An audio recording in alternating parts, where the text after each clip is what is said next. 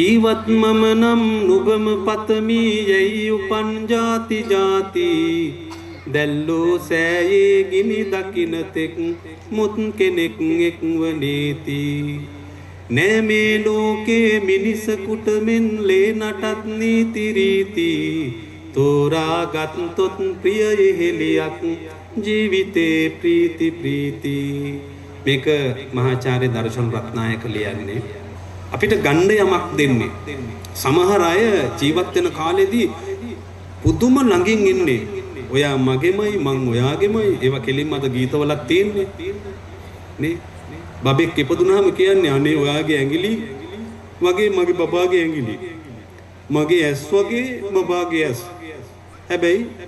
දමලා යනකන් දන්නේ එහෙම කියනවා දෑතේ රන්වන් ඇඟිලි මගේමයි නෙත් ඔබේ නෙත් වගේමයි මේනම් විස්කම් දෙවිඳු නිම වූ දෙවුරුවක් දෝ හැඟීමයි කීවේ සීනෙන් උවද පිබිදී මා පුතුන්ගේ යගේමයි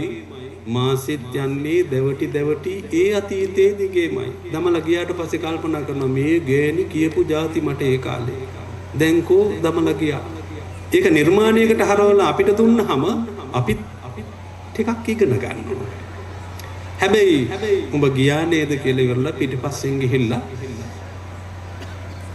එතනම ඇද වැටෙන්න ගහලා එක්කෝ මරණයටපත් වෙනවා ව්‍යාධි ගොඩයි